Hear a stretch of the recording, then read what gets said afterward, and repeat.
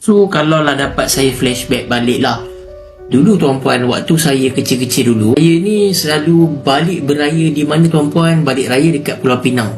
Yang mana tuan-puan, waktu tu memanglah seronok kita balik raya kan. Balik raya dapat vibe-vibe raya tu, dapat lalu mana?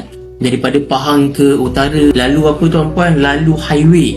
Okay, highway banyak jahat tuan-puan. Pada waktu itu, of course, bapak saya lah banyak keluar duit. Sebab apa? Waktu tu kami belum bekerja lagi, masih kecil-kecil kan.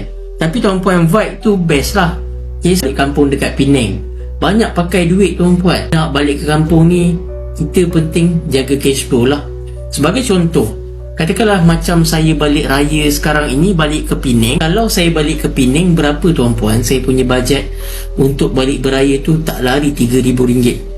Okay, jadi bila saya dah tahu pada tahun depan saya of course akan balik raya ke Penang, saya buat apa? Saya asingkan sebahagian daripada duit saya, banyak RM250 sebulan. Untuk apa tuan-puan? Untuk dana tampung kos perbelanjaan saya. Inilah kita panggil apa? Simpan tuan-puan. Tak guna tuan-puan kita balik raya. Kita balik raya seronok ni.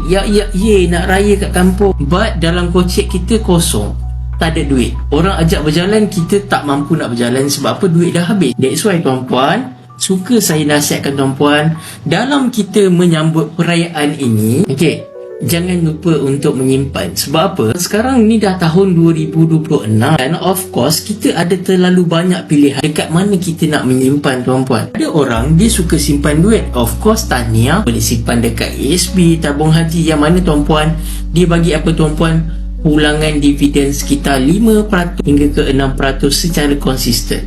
That's mean apa tuan-puan? Kita ada pertambahan duit daripada situ. Okay? But tuan-puan, suka saya nasihatkan, kalau dapat duit dividen ASB, kalau dapat duit dividen KWSP, kalau dapat duit dividen daripada apa tuan-puan? Tabung haji, ramai daripada kita buat apa tuan-puan? Dia tarah tuan-puan. Macam mana? Ibaratkan ini adalah pokok tuan-puan. Ibaratkan ini adalah pokok tu baru nak membesar, baru nak berbuah, tapi kita dah potong tuan-puan. Jadi at the end apa tuan-puan? Pokok itu tak jadi nak membesar. Jadi tuan-puan, kalau tuan-puan asyik nak tarah sahaja, duit itu memang akan makin berkurang. That's why tuan-puan dapat rasakan pulangan dividen ASB ataupun tabung haji makin berkurang.